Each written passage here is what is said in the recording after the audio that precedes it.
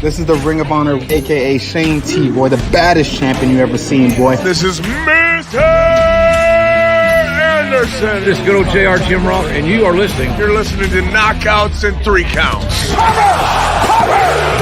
We got us a new world champion! That might be one of the craziest knockouts I've ever seen in my life. Knockouts and 3 Counts is the podcast, baby! To the real deal, baby! Knockouts and 3 Counts starts now.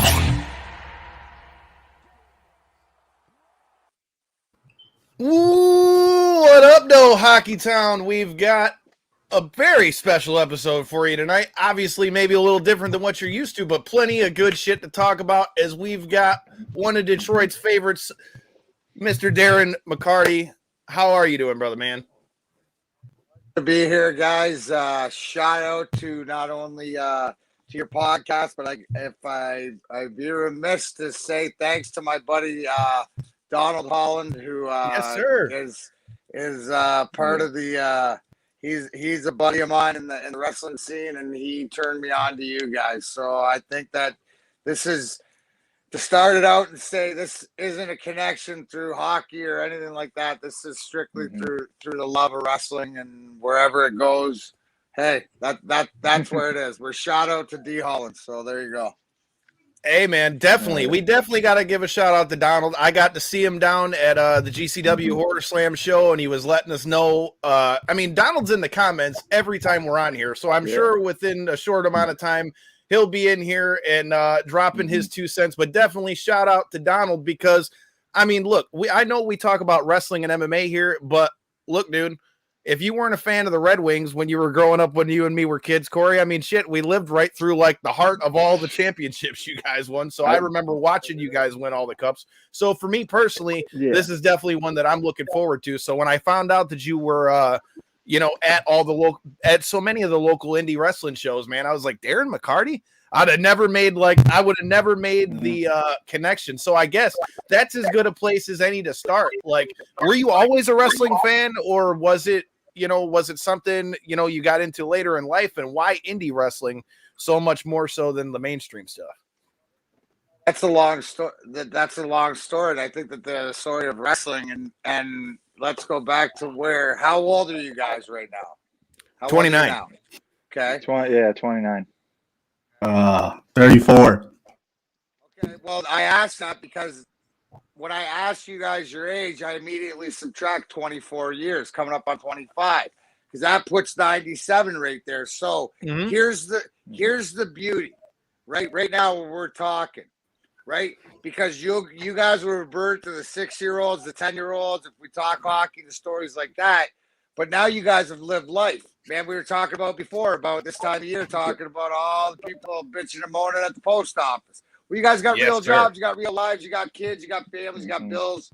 So now we can relate on a different level, and you realize that culturally, about when we breed Detroit versus everybody culture, what it's about. Well, that's what you guys were born into, and you have more of an understanding of all of this.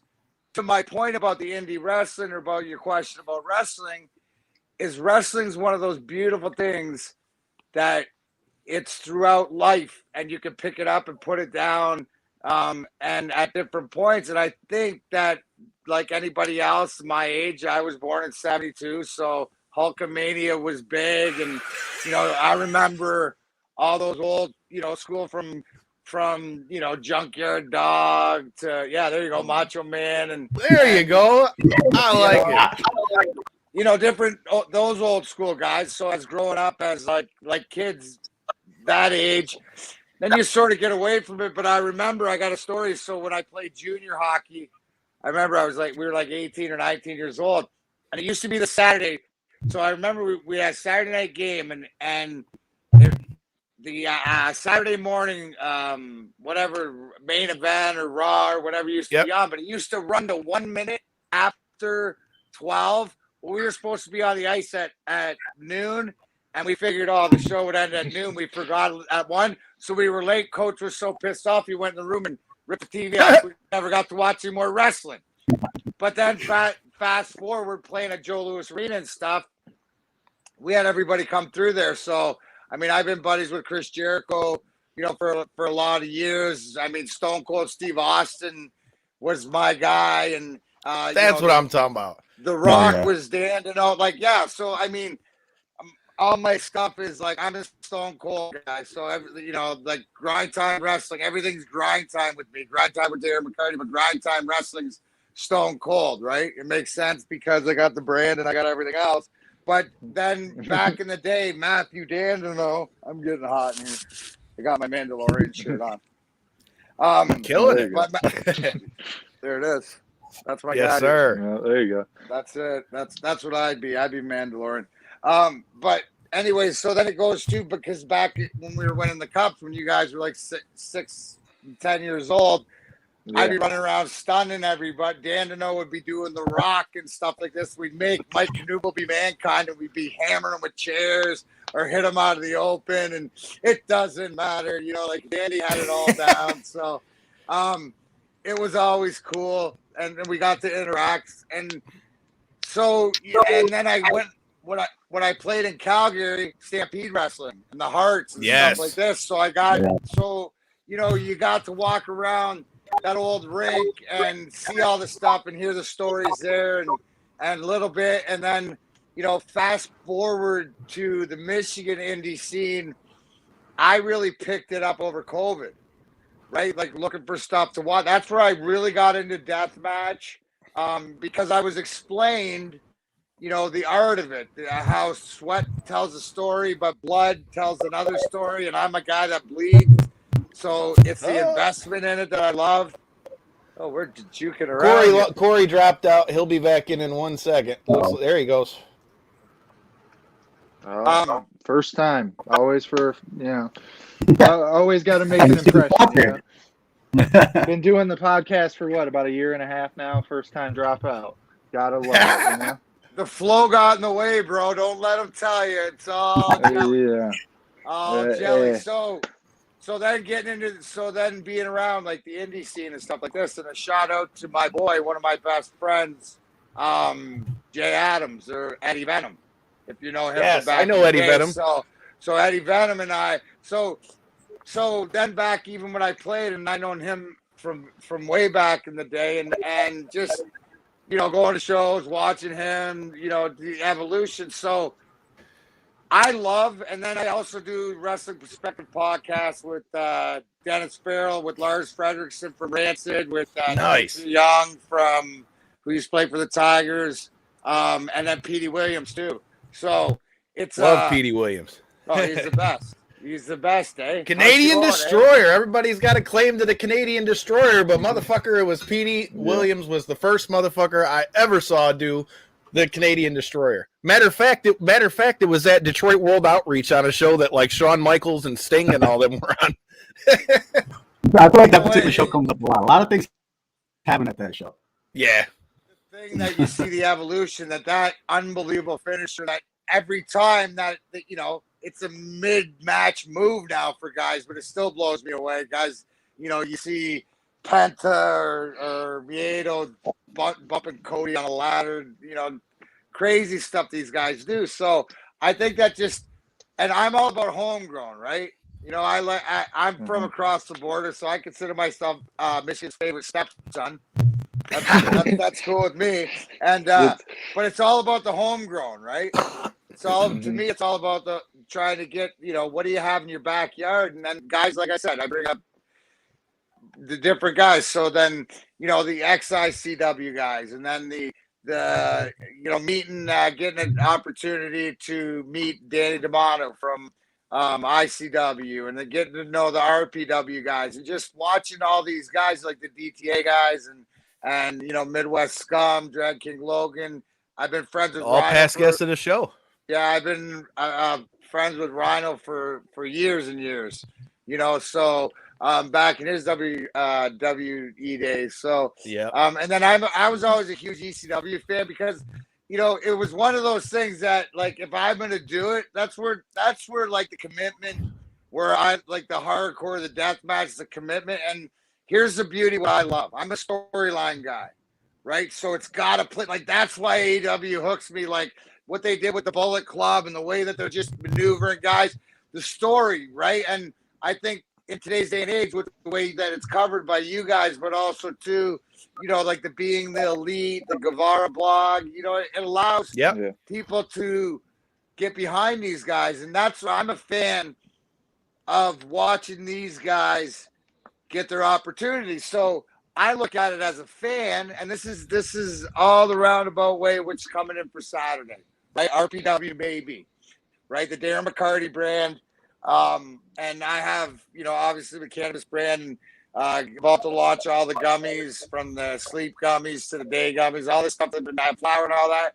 But the CBD roll on I made, right? Strictly for my pain, my arthritis. And it's the important part is that the C's, like the CBD, the CBN, right? I ship it all over the world, right? Because it's FDA. So the fact that it's hemp and the fact that it works so well, naturally, organically, how people accept it. But I realize that, man, I'm such a wrestling fan, and these guys put their bodies on the line, and I know that they're got to be hurting. So I want these guys, when they get out of the ring, so whatever questions they have, but here's the roll on, use this if this makes you feel better, because you know why, guys? Selfish. It's selfish, because the better they feel out of the ring, the clearer their head is. They get good night's sleep. They have an The better shit we get in the ring. Right? Yeah, the better action. Thank you. The more creative, the crazier stuff they're going to do. We're talking about the Canadian Destroyer. Man, one of these guys, they're going to do a triple Canadian Destroyer off the top ladder, because they know at the end of the day, it's going to hurt. But D-Mac's got the stuff. I got Darren McCarty's roll on right in my gym bag, so I'm good. And that's the whole thing. And so to be able to not only, and then to start the conversation, because the whole cannabis conversation is, you have an option. And here's, don't tell me what, tell me who, and I want to be your who, right? That's the thing. So whatever you're looking for, and it's so people aren't afraid to ask the questions, right? I'm gonna be bodyguard to that. But again, that's the selfish thing for all us wrestling fans, is I want these guys to get good night's sleep, to get the pain, get the roll on, stuff like this. And, we're speaking of Dread King Logan. Man, I watched him take a nasty bump. And we've been friends for a while now, and I watched him take a nasty bump, and I gave him some of the roll on and some extra stuff. Because there's stronger stuff that has the THC, but it's the education and to be able to help the healing process. And when these guys say, "Hey, man, that helps," because think about this, right? These are guys that they have other jobs. This is the passion. These guys are beating the living crap out of each other to entertain, and because they love it. So that's to help them do that, and also too is that's why I love the storyline, right? The storyline. That's why you gotta love it. So that's one thing. Go ahead, Corey. That's one thing I've definitely noticed I came into the podcast as being more of the MMA fan and really centric with UFC and Bellator and stuff like that. I could go all across the board in that. And I had started to pick up the wrestling since I had gotten involved with the podcast. And that's one thing that I can really notice is now that I've gotten the chance to see a couple of these guys that I've had interviews with, started to gain friendships with and stuff, you see them take some of the bumps and falls that they do, man. And you get a real different outlook on it than you would just watching a regular wrestling event. You're like, man, I know, to your point, this guy's got to wake up and go to work tomorrow. I know he's still got a life to attend to, and he's still out here doing as much as he can to entertain everybody, to gain any type of, traction in his own wrestling career. So it's really entertaining to see. Like when we were out just the last weekend to see Uncle Chase, that was, he was there. D-Mac was there too. Stuff like that. Yeah. Like that's the whole thing. And here's the difference, right? And this is me personally. This is personal because I fought for real my whole life, right? Hockey fights are real, for whatever else it is. Yeah. So when I choose to watch violence, I want to see guys beating the crap out of each other that are in on it to entertain. And at the back, they're hugging each other out because, man, we sold the story. Right? That's the difference. Now, my good friend Art Smith, who has the Art of Combat, right, who has educated me a lot but it's just I don't. My brain is the way it works. I would rather see guys cut each other with tubes and all that stuff to know because they're on the same team, right? It's not that Yep. win-lose. It's a win-win mentality, and it's all about the story, right? And there's nothing greater than that GCW event, but like I mean, like here's a little thing, like just to go to that event. Did you ever think Chelsea Green would take a staple to the head? Never. You know what She took my clip of that and got all pissed when I said they need to run Chelsea Green and Cardona versus Effie and Allie Catch. You know, Lauderdale, if you're listening, you know, I know you guys are coming back to Harpo's. I mean, Detroit would be a great fucking place for you to do that. I'm just saying. Hey, let's just say, why don't we make a list and maybe I can present something to Mr. Lauderdale because I think that for them being at Harpo's that you might see some Darren McCarty brand involvement. So Darren McCarty, as you can see, like I think I'm not a promoter like I told Brett and Chris from RPW, Danny, whatever. I'm here to help whatever it is. But if you want my opinion on wrestlers and especially Michigan wrestlers, not all, like, you know what I'm saying? I have the connect. So all these matches and things, I don't think it's like, here's the beauty of indie wrestling. They hear us. They listen because you know why? They care. The forbidden doors to everybody. So I encourage you to put everything out there. You know what I'm saying? And the more Chelsea Green hates it, the more it's probably going to happen. But I think what I like to say, whether you like it or not, the commitment, right? I mean, I like the fact that what pops me, and by the way, guys, if I had a wrestling name, seriously, I want to be called Medic. But if my wrestling name would be Mark Jobber, right? I'm just a Mark. I mean, I'll want nothing, but I don't care because I like what I like. Yeah, are we all? Right? Are we and all, I can man? back it up, but that's Frank the Clown. Right, dude, because it's all about the Undertaker. Right, whatever it takes, bro. You know what I'm saying? Because here's the thing, right? And you guys are there, right? Even like, I mean, Alex Colon's one of my favorite guys. Donald's throwing out some matches he wants you to put together. He says Tommy Vendetta versus Atticus Kogar versus Tommy and Brandon Kirk. Listen, Akira, right? Atticus Kogar, Tommy Vendetta, right? Are three. Brandon Kirk's going to get his ass kicked hard. I'm going to throw Tommy on him just for fun because we always joke around. But I think that Tommy, we're bloodline and we were joking, but I think he might be mine. He acts a lot like his old man. He bleeds like the old man, hard head like the old man, you know. But like those three guys you just mentioned there, right? They're stars. In my eyes, they're stars.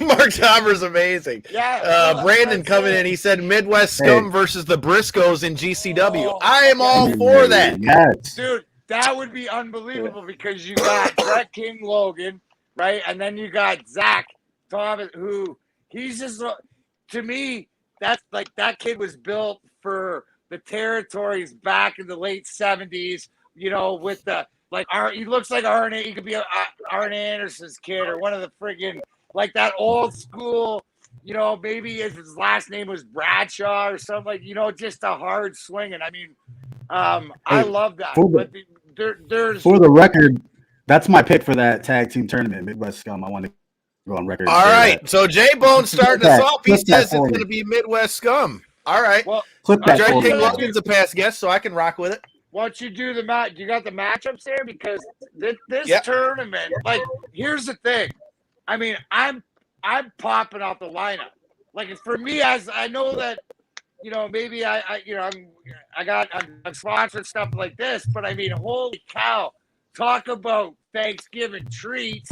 It's like I got it right here in front of me. If you want, I can read them out real quick. Let's go. Let's give our opinions. So you've got the Death Wish Foundation versus Bulking Season. You got the Rejects versus the Hollowed. You've got Schwartzy. You got Schwartzy and so they're calling themselves Fear and Lightning. You got Midwest Scum, like we mentioned, and you've got other fellow past guests of the show.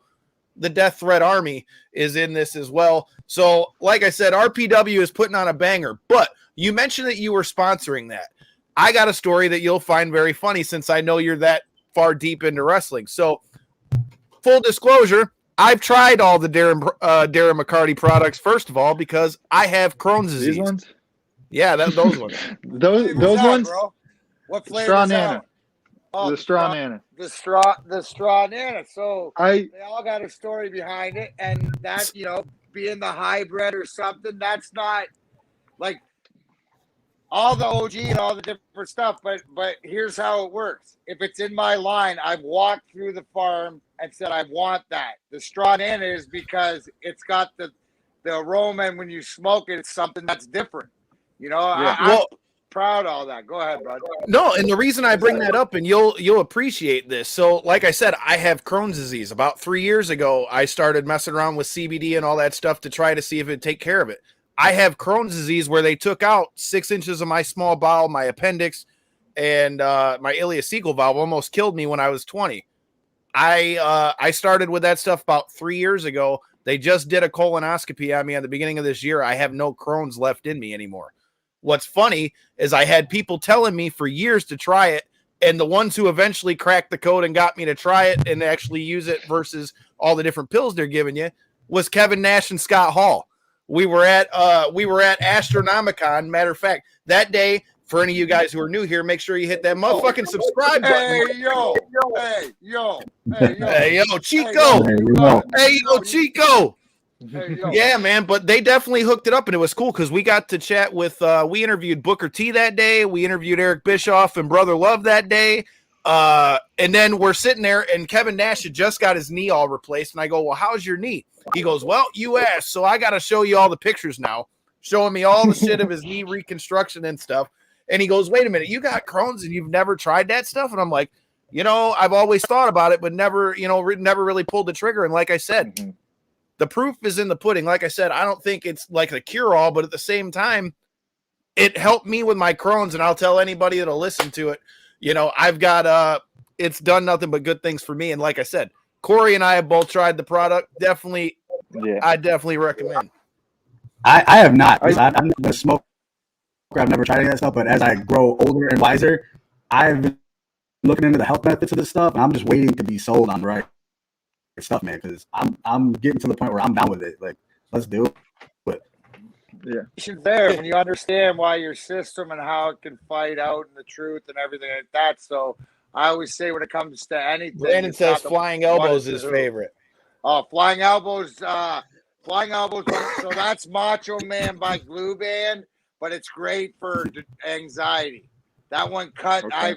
That one's great for anxiety. That's what I need. They all got a different story. And you know what I would say about? I would start you because my edibles with the gummies on the CBD and stuff like this, where you can, and it's just working your way into it and understanding what you're trying to accomplish. You want to chill out, and then the sleep and stuff. So it's just having to be able to have this conversation of what it is, what you're looking for. I love that.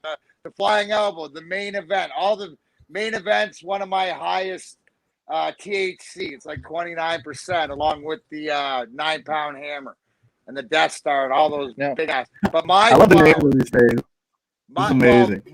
So the one I created is called Black Eye. Darren McCarty's Black Eye. Purple Punch 2.0 by Face Up OG by Fruity Pebbles. It's about a 25%er, but it just hits you because it's perfect for me, and I need to run about 70-30 indica side because as you can tell, I'm fucking wired for sound. Let's talk about being wired for sound. Let's talk about that, man. I was in doing my research earlier, man. I was checking out a little bit of your podcast. So tell me about a little bit about this Big D energy you got over here. Tell me about that podcast and all that good stuff. I was checking that out on my way to get ready for the show tonight, and like I said, man, I enjoyed it. So tell me how you got into the podcast game and how you like it so far.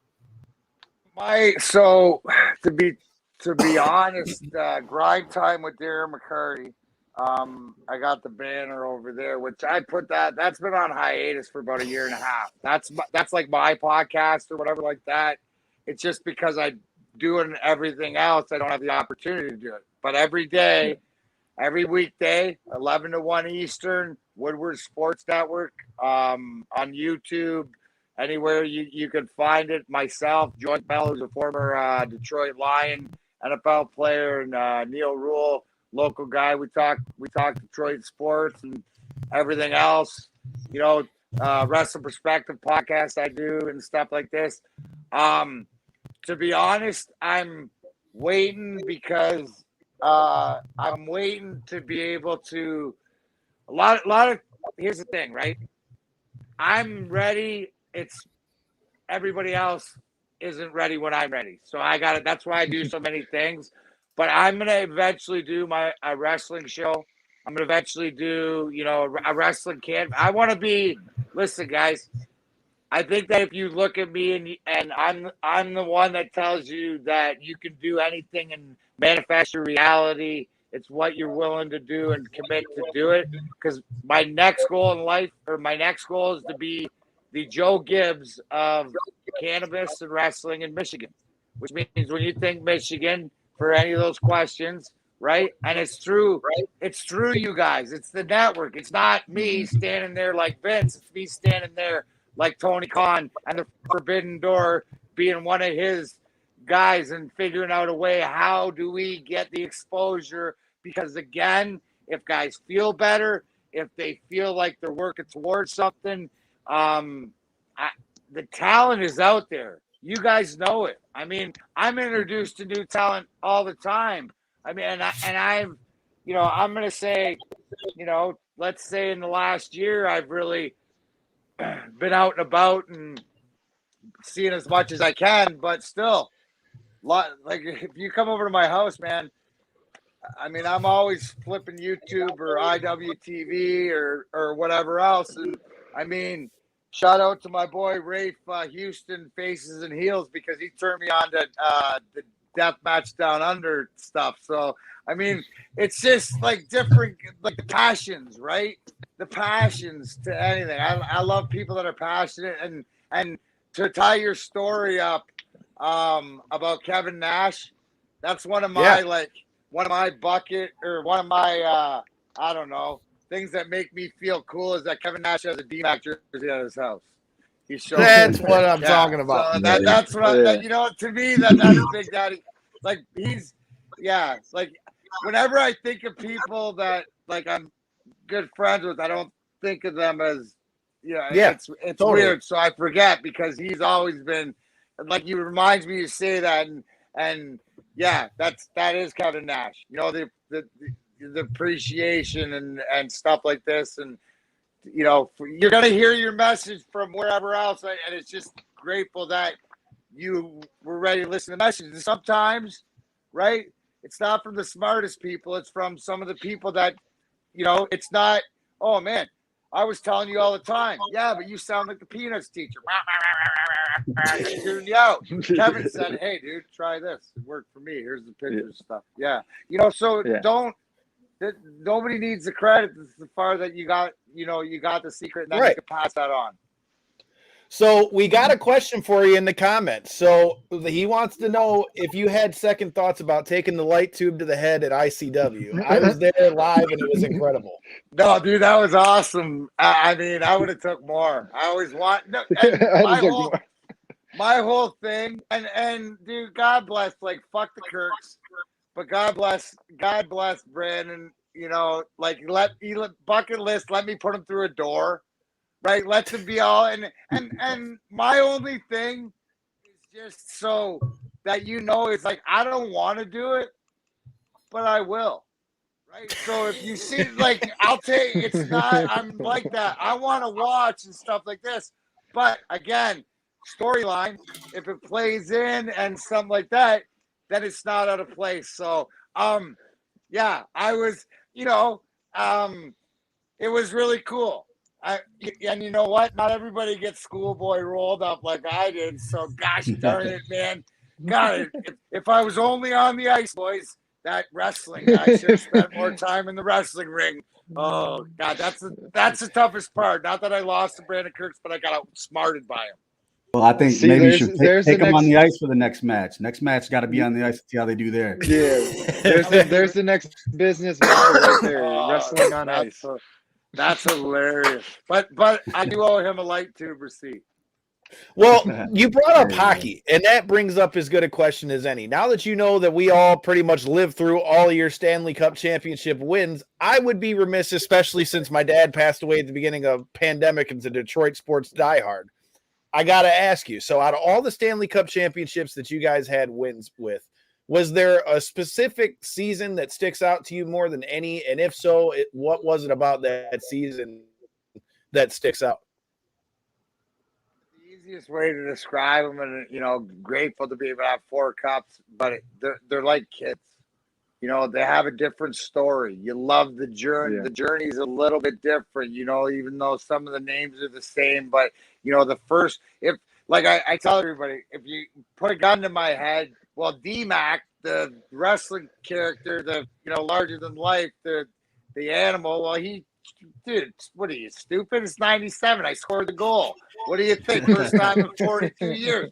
Brought the cup home. I mean, come on, man. Let's get serious, right? But then Darren McCarty, the person and everything else, the 08 comeback for me, right? To prove that you never say never, and, always thought I had something left, and to play the IHL and AHL and not be given anything, earn everything, just prove to myself. That's just what that was more to me. Then you go like 98 because of the Vladdy accident and the way that I believe, and everybody came in, and then the 02 because you had Hasek, you had Robitaille, Brett Hull, you were supposed to win.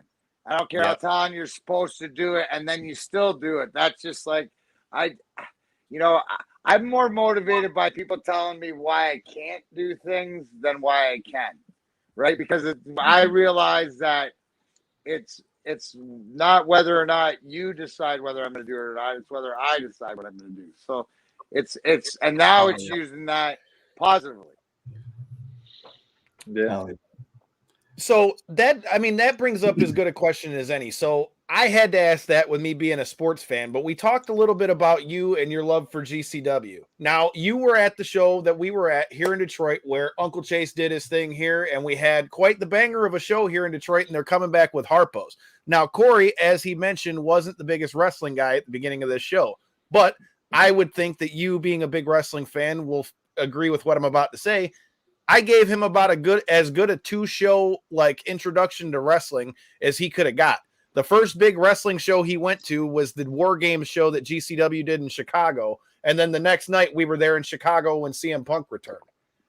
And I tried to tell him, I was like, these are 2 of the craziest fucking crowds you're ever going to be a part of.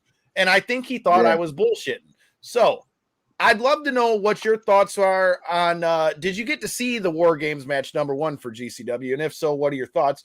And number 2, what are your thoughts now, since I know you watch AEW, what are your thoughts on CM Punk coming back? Do you think it's worth all the hype, or do you think everybody that's been kind of saying it wasn't as big a draw as they were trying to say? Draw, bro. It's about the belief, because as much as what Tony Khan and AEW and everybody has accepted, but not only because the face of the faceless, but just because all the way he stood up and walked away, and his conviction and the fact of how he come back, and the fact that what he says about being there to promote, all the young guys in the locker room. I think that to me just solidified it. I mean, that made it official no matter what, that he's back, and the fact that he's doing it, it looks like he's having fun, and people want to pigeonhole everybody. Just let them go. There's great match after great match, and everybody's all worried about how they're going to manage the roster. Sit back and watch. Thank you. Enjoy it. What the hell? That's not it's above your pay grade, or you'd be there doing it. But they got it figured out, because the guy, right? The kid, the boss, right? is as big a wrestling fan as you and I, and lives it and exudes it, and it's in good hands. It's in different hands. Like, I mean, you got to take things for what they are. You watch WWE, that is the motion picture. That is the movie. Here's your role. Here's your character. One guy, the studio, Vince McMahon, controls it. The dictatorship, right? Everything else, you see it working out. And that's why I like the continuity, because the best wrestlers get to where they need to go, the storylines they tell, and everybody pushes each other to be better, to be better performers, to be better, but everybody's in it. It's not the way it used to be.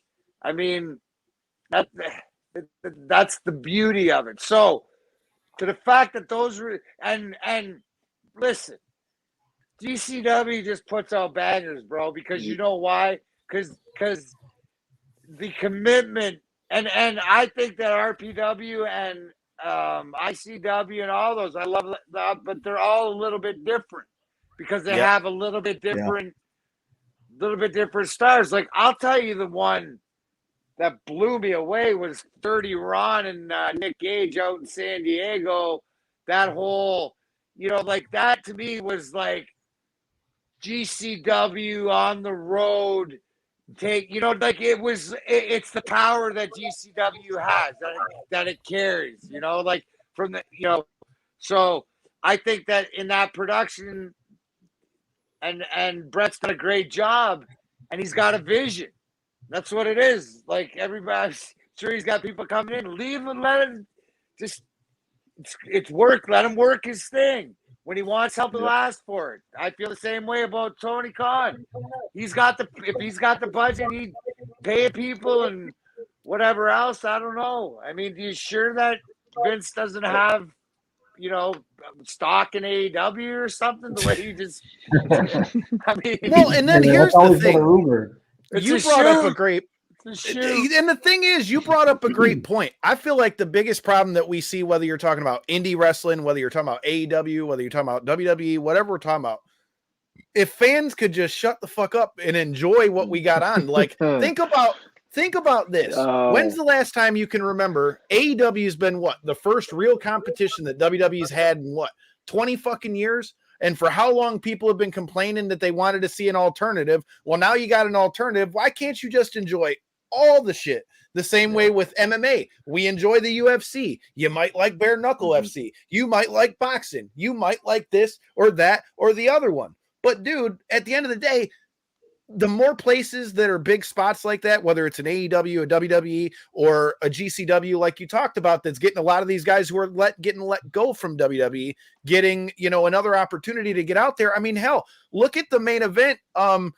J-Bone and I are getting ready to head to Chicago for Warrior Wrestling and go see our buddy El Rudo de las Chicas, Sam Adonis, who you might have seen on NWA and all those good things down there. Sam invited us down to Chicago, but even down there, dude, you're seeing so many banger cards out on the indies at this point.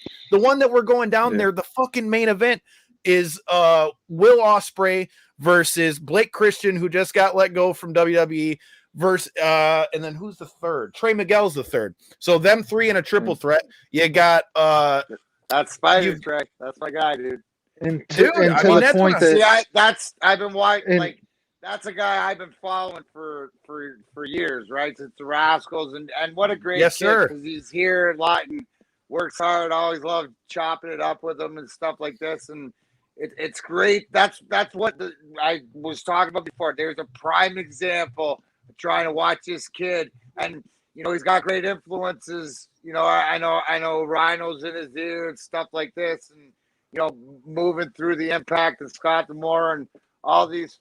To get the talent, because there's so much talent, like him and Ace Austin, and these young guys that are finally getting the show. And now, see, because everybody realized that you can, like you mentioned, there's so many different ways. You just got to be let into either it's podcasts or into go to IWTV. That's the greatest invention ever. Look down there. You never realize there's so many promotions. I think it goes back to what we were saying earlier, man. Wrestling is such an art now, and it's thriving at its biggest that it's probably ever been. There's so many ways to paint your picture out there, and there's so many ways to watch it. It's an incredible. We just need to sit back, relax, and enjoy the ride, man, because wrestling is really big right now, maybe bigger than ever. J-Bone, you nailed it, because now you got artists working with artists. So you got the best at the time when they're, and you see that's where you get these hybrids that can do the death match. But all these death match guys, don't sleep on them. They can all wrestle. I mean, they all pull out all these sick moves. I mean, John Wayne Murdoch, the hardcore champ, does a brainbuster on a chair. I mean, one of the best finishes was ICW in the pit where he finished Tommy Vendetta onto the chair into a flying cross. It was awesome. I pop for stuff like that, but that's me, Mark Jobber. And to your point, hey, print up to your point earlier, print up the T-shirts. Let's go. With all these indie promotions and with a lot of the, I guess, cross promotion or just kind of interweaving of a lot of the higher end wrestlers and stuff, you're seeing so many of like the AEW guys and stuff in some of these indie shows and stuff. You really don't know who's going to pop up and where. So like how you were talking, there really is a legitimate point, even if you're just worried about following your favorite stars from AEW or whatever the case be. There's a legitimate point to following all these indies because you never know where your favorite star may end up showing up. So, secret, right? Here's the reverse secret. Go watch the Darks and the Monday, Tuesday, because Tony Khan does a great job of bringing in a lot of indie people that you haven't seen that you will see out in your area. Jason Sin's a good buddy of mine out of Virginia. And you know what I mean? It's if he was on AEW and stuff like this, and then people in different territories. So if you look for it or be able to tell people where to find it, right? They're out there. I mean, you look at like watching. We've had so many of our guests have ended up there on Dark, like the young gun Chandler Hopkins, past guest of the show, Miranda Gordy, the Freebirds. Miranda Gordy showed up over there. You've got, literally, we can go down the list. The Savage Gentleman, Victor Benjamin, that was just on there. Lindsay Snow. Butterfinger champ himself. Yeah, man. Lindsay Snow, who did my tattoo, which will be on those new shirts that'll be in town next week, motherfuckers. So if you didn't get it on the pre-order, I've got plenty extra. So, like I said, man, we're a big fan of seeing all the stuff with the indies. But let me take you away from wrestling for just a little bit. You mentioned how you've gotten in so many scraps in hockey. That brings up a great question. Number one, out of all those scraps that you had, who's the toughest guy that you threw down with on the ice? Look, Joey Kosher. When he was with the Rangers my rookie year, and everybody knows, right, that Joey Kosher's right hand, the only thing that is deadlier is Thor's hammer. It's a true statement, right? So you don't want to get hit by it. And I'm a lefty. I squared up right. He throws a punch, takes a piece of my helmet off. We end up in a headlock. We hit our heads on the ice. He looks at me, he goes, "You all right, kid?" I turned to him and I said, "Thanks for not killing me, Mr. Kosher." So he didn't kill me, which is, if you don't kill me, I'll come around to haunt you and win cups with you, I guess. Maybe not tomorrow, but at least I didn't die. So that's the moral of the story. You didn't die, so you can still talk about it. Do you still follow hockey? Being an ex-hockey player, do you still follow the NHL to the level of, I'm assuming you used to? I do game day lives, at the for the Red Wing games a few times a month and stuff. And obviously this Red Wing team is exciting to watch. It's not when, it's when. All my guys are in charge. The culture's back, so it's a fun time to watch. So now, it's one of those things. It's bred in you, and I'll sort of pay attention. I won't, like, if you ask me how many points the Wings have, I don't know. I'm not. I don't know, like whatever, but they're like around 500 or one game under 500 or something, whatever. I know. Well, I pose it as two questions, I guess, since you bring up the old pack, I guess, being there. What's it like seeing Yzerman take the chair back? I'm as a Detroit fan, I'm sure all of us love that. And then secondly, what do you think of modern hockey fights? They've changed so much since they tried to, I guess, alter and get rid of hockey fights just 5-10 years ago. They were trying to basically get rid of them throughout the league. And now that they've kind of re-allowed them in, what's your thoughts on how they've changed? Because it doesn't seem to be anything like what we used to see in your guys' era, to be frank. Games changed. The fact that Steve Yzerman, Steve Yzerman, general manager, is not when, it's when. I mean, you've seen what he's done. You grew up in front of everybody's eyes, the way that he's transformed as a player, but he also proved when he went to Tampa Bay, was integral in building that team to championships and then come back here. So, 100% confidence, as much, maybe even more than I did as a player, and I ended up with 3 cups with him. So, I mean, what do I know? But, and then the fighting in the game, I mean, the game's changed. So it's, it's something where I'm glad, because the biggest disappointment is because it's the deterrent of when you have a guy sitting on there, and we always say the anticipation of death is worse than death itself, right? When you know that you got to answer the bell to somebody else, and then nowadays it's like anything, sports are softer, and I shake my head when the guy. It always used to be, if you went through the middle of the ice with your head down and got hit, well, you're a dumbass, right? Well, now the guy who hit you is the dumbass and gets suspended. You get away, but that's sort of like society. So, I mean, there's never going to be my game. fights like there was back in the day, man. Especially when you beat the piss out of Lemieux. That was one of my all-time favorites right there. That's karma, baby. That's karma. That's karma right there. That's right.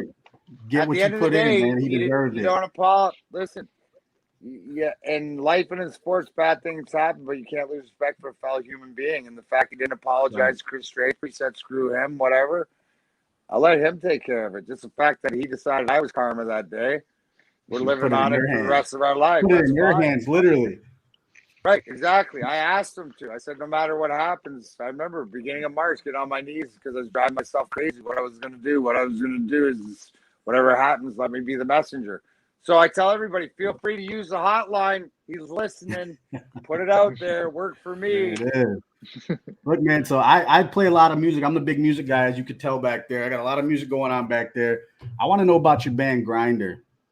We started Grinder after Constantine's accident. And, it's Grinder's sort of like wrestling.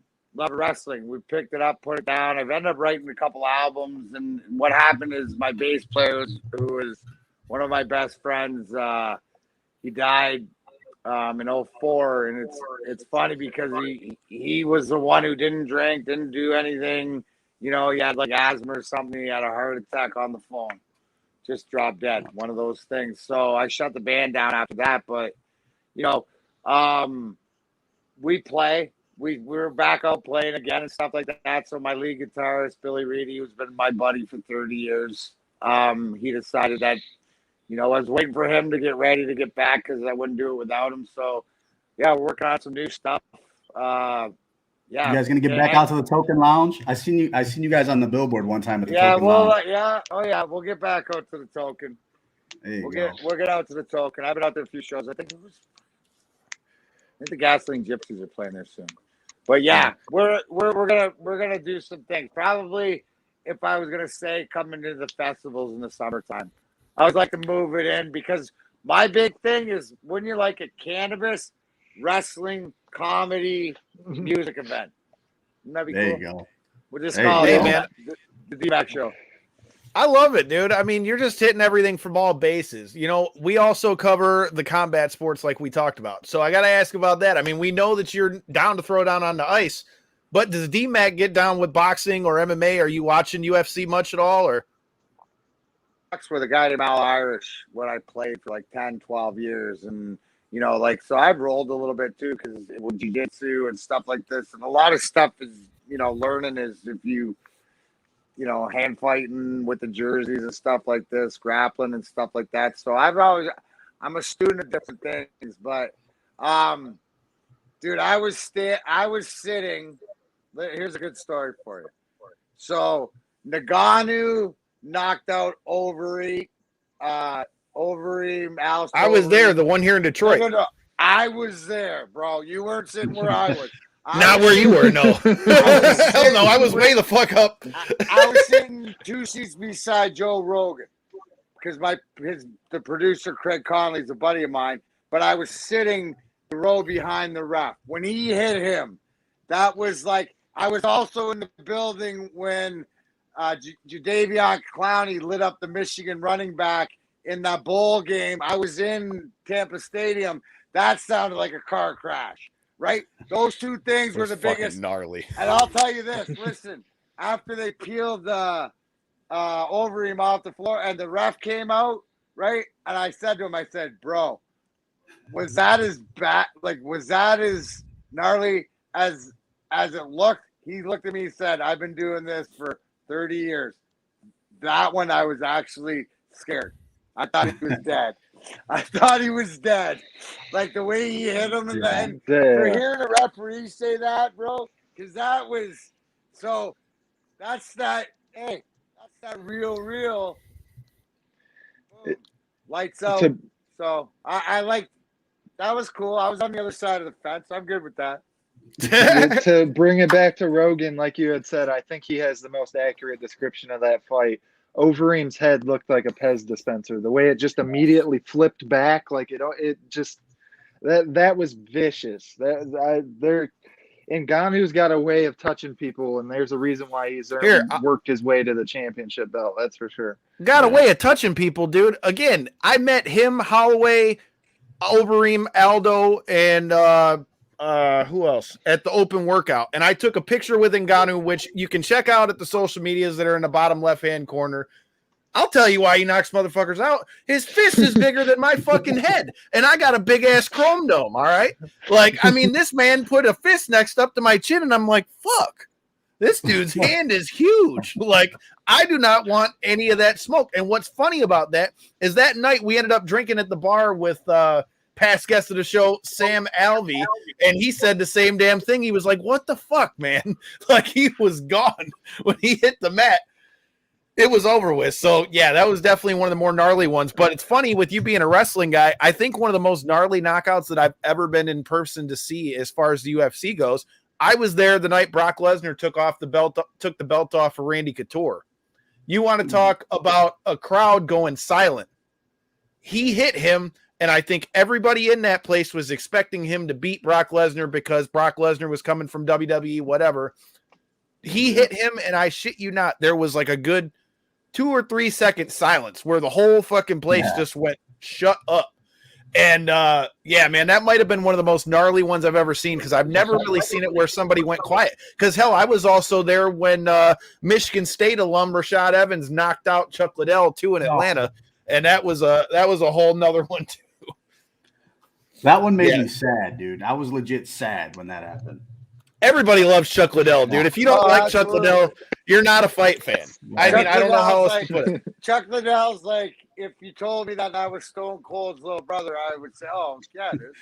Yeah. Right? You know what I mean? It's like he's from the Austin family. I mean, he just exudes. But the cool, the friendly, more on the friendly side. Like Steve's the older brother that's been through the shit. It's got the Trans Am, Right.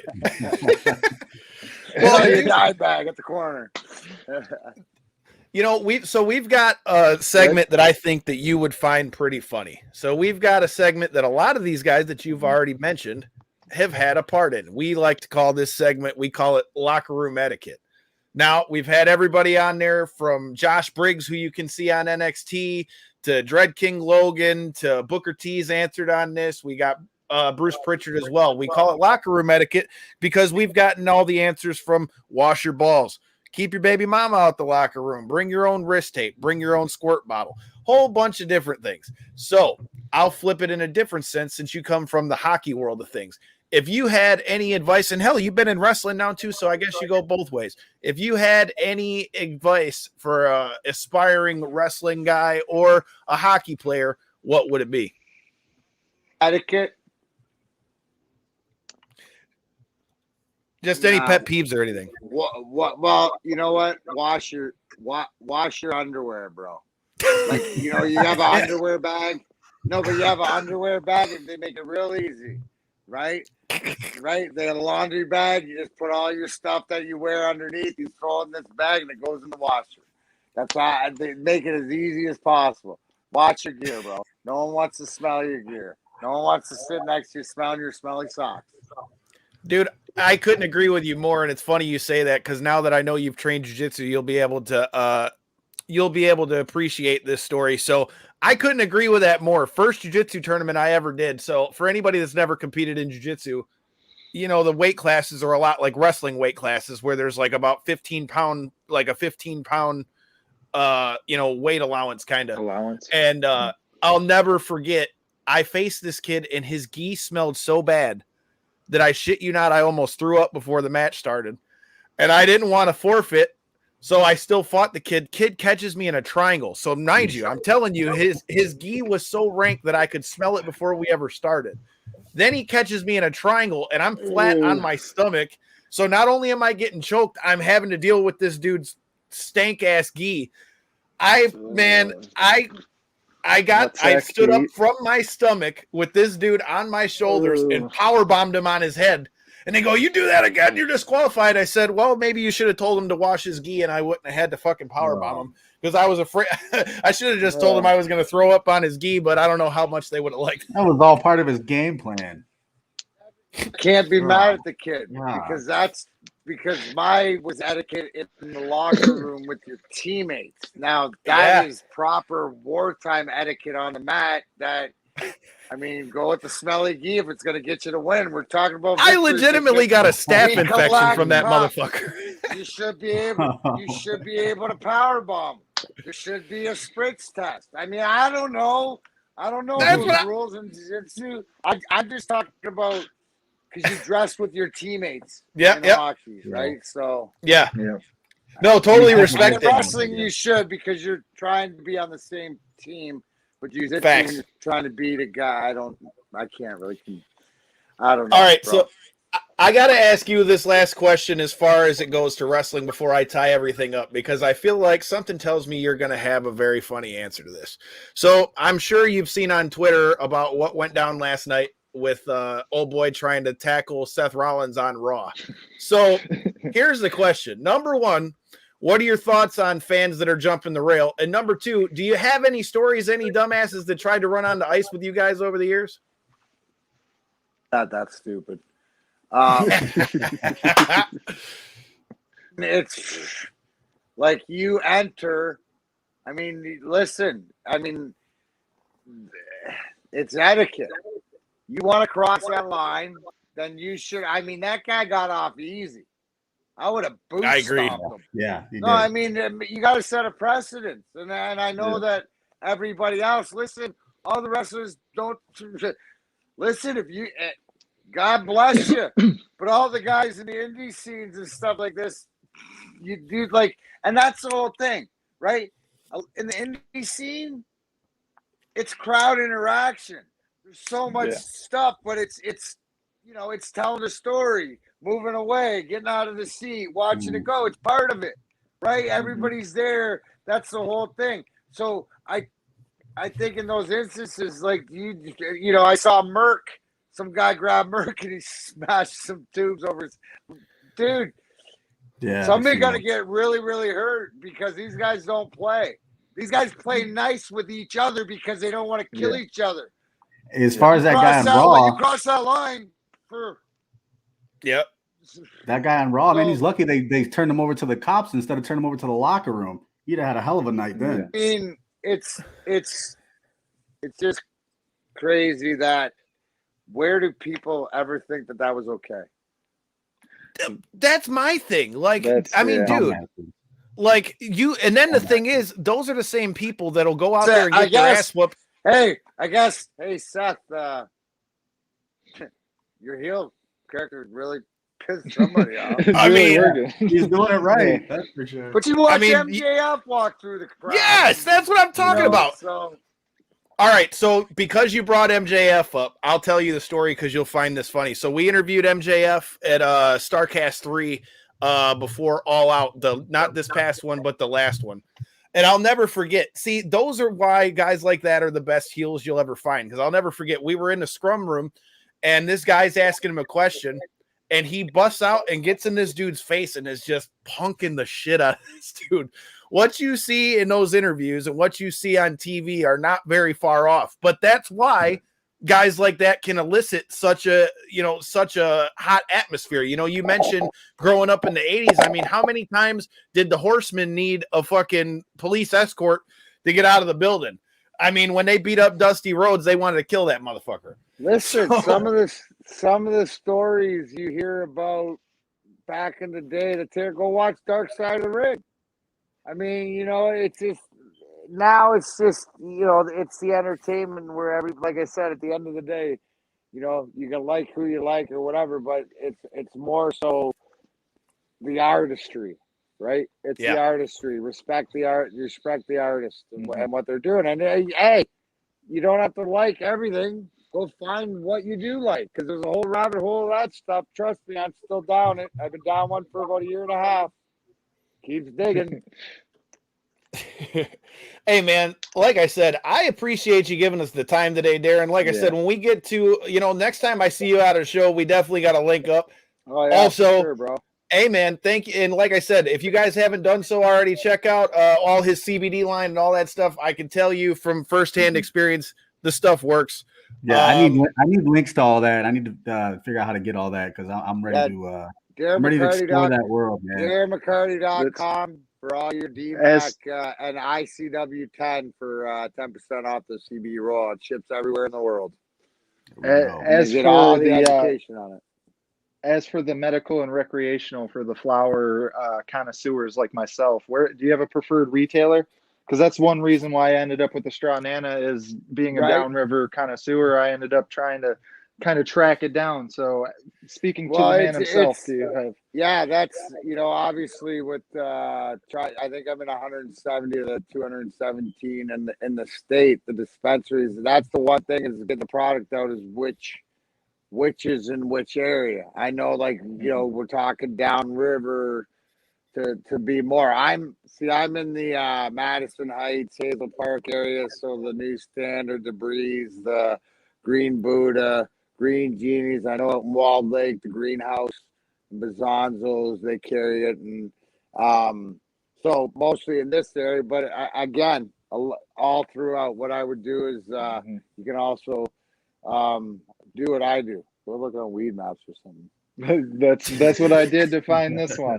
That's exactly what I did. I looked for nearest product. So just everybody goes, man, this guy's I got a spreadsheet that tells me where everything goes, and it gets updated every week and stuff, because that's how I got to track down the stuff, right? To be able to see what's out, and that's and at least there's a bunch of different strains, but where is what? Because that's I chase it around too.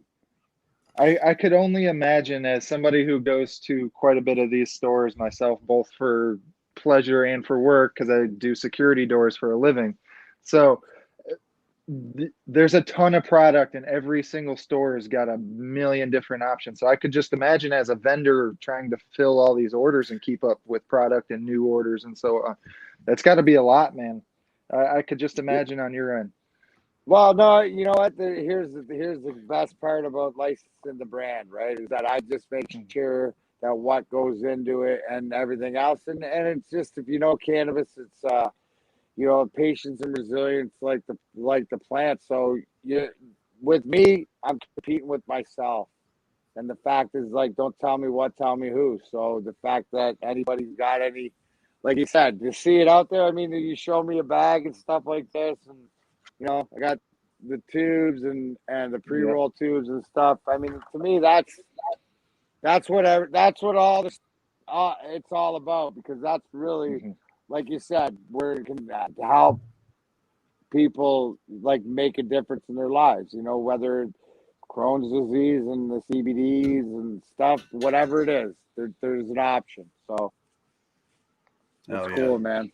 It's only going to get better. Well, man, I don't want to keep any more of your time, man. I greatly appreciate you messing with us. Like I said, we here at Knockouts and Three Counts support our guests in all areas. So I, for one, can't wait till we can get back out to another GCW show or run into you somewhere else with all this stuff going on, man. Because, like I said, for me being a lifelong Detroit sports fan, I think I speak for Corey and J-Bone. I mean, this one was a pretty cool one. But like I said, shout out to our boys from Pro Wrestling Edge. That was the first podcast I got to hear you on with them, and Big Kaz and Broski and all the fellas. Those are my guys, dude. They're as diehard, you know. And there's another resource that have led me down to not only great people, but I follow them around to where they're going and stuff like this. I mean, one of my favorite things was the RPW ICW show.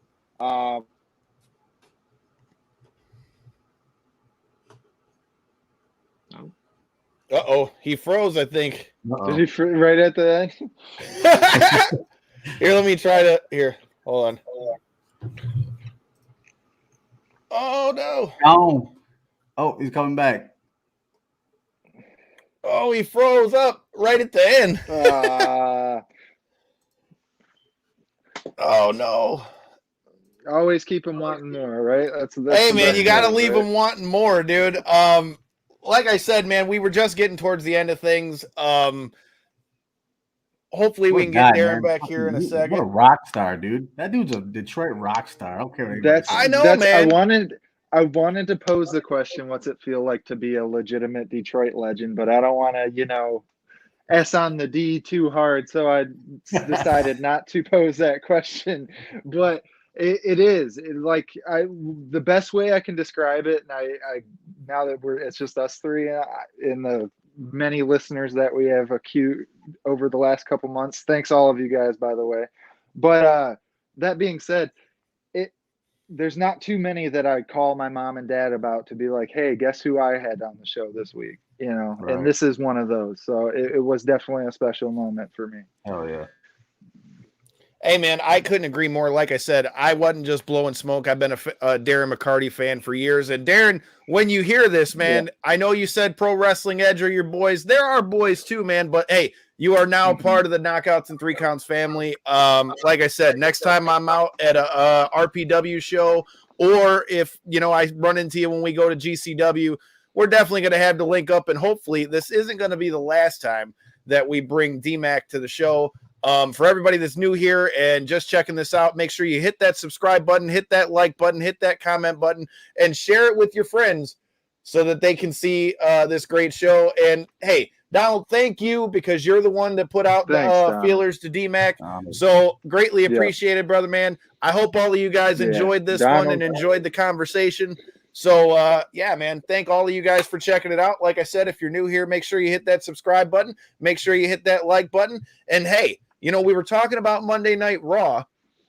Make sure you guys stay tuned next week, because a little birdie told me that we might have a very special guest from Monday Night Raw next Thursday. So, fellas, if I don't get to talk to you before then, happy fucking Thanksgiving. I know my part of the week is just looking forward to finally getting to be able to just chill out a little bit, have the family over, get to see my nephew, the little homie, the future host of this motherfucker. So Thanksgiving's gonna be a good time for me. So to all of you guys, we appreciate your time. Until next time, and in the in-between time, peace.